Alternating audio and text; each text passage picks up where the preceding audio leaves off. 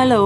အားလုံးမင်္ဂလာပါတူတူ channel နေပြန်လဲကြိုဆိုလိုက်ပါတယ်အခုကျွန်မတင်ပြမယ့်သင်ခန်းစာကတော့ Microsoft PowerPoint ကိုအသုံးပြုပြီးတော့ဓာတ်ပို့ထည့်မယ်စာရေးမယ်အဲ့ဒီအကျဲလေးကိုကျွန်မကရှင်းပြသွားမှာဖြစ်ပါတယ်အဲ့ဒီဟာလေးအကြောင်းကိုမရှင်းပြမီကျွန်မရဲ့ video file လေးကိုလည်း like and share subscribe လေးနှိပ်ပေးပါဦးเนาะ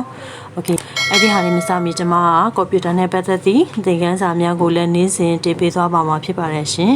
Okay သင်ခန်းစာလေးစလိုက်ရအောင်เนาะပထမဦးဆုံး Microsoft PowerPoint လေးကို double click နဲ့နှစ်ချက်နှိပ်လိုက်ပါ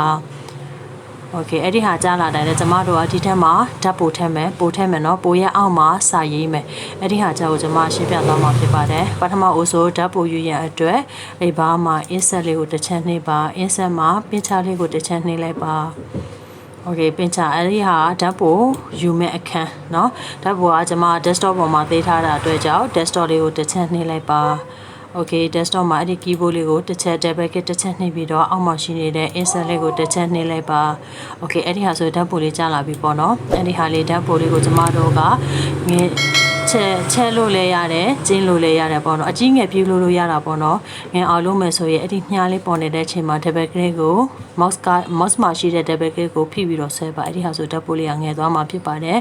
အဲ့ဒီဓာတ်ပို့လေးကိုကြီးကျင်ရန်အတွက်အဲ့ဒီမြားလေးဖြစ်နေတဲ့အချိန်မှာ mouse မှာရှိတဲ့ double click ကိုနှိပ်ပြီးတော့ဒီမှာကျင်းလို့ရတယ်เนาะအဲ့ဒီဟာဆို keyboard လေးကကျဲလာမှာကြီးလာမှာပေါ့နော်Okay အဲ့ဒီဟာလေးကဓာတ်ပို့ထက်တဲ့နေ့စာရေးမယ်အဲ့ဒီရဲ့ဓာတ်ပို့အောက်မှာစာရေးရန်အတွက်ကြောင့်ဟိုနောက်မှာရှိနေတဲ့အဲ့ဒီအကွက်ကိုမလိုတဲ့အတွက်ကြောင့်အဲ့ဒီအကွက်ကိုဖြည့်ရန်အတွက် keyboard မှာ delete လေးကိုတစ်ချက်နှိပ်လိုက်ပါ Okay အဲ့ဒီဟာအောက်မှာပဲရေးမှာအတွက်ကြောင့် click to add subtitle လေးကိုcaster လေးတစ်ချက်ချလိုက်ပါ Okay caster လေးကမှိတ်တို့လေးနေတဲ့အချိန်မှာဟိုအပေါ်မှာရှိနေတဲ့ font လေးပေါ့နော်အဲ့ဒီ font လေးထမှာအခုကအင်္ဂလိပ်လိုနဲ့ရေးမှာအတွက်ကြောင့် time new roman ပေါ့နော် time new roman လေးကိုတစ်ချက်နှိပ်လိုက်ပါ Okay site က50 Okay အဲ့ဒီဟာမှာကျွန်မကအင်္ဂလိပ်လိုရေးမှာပေါ့နော် keyboard K E Y B O A R D keyboard ပေါ့ Okay အဲ့ဒီဟာလေးကိုကျွန်မ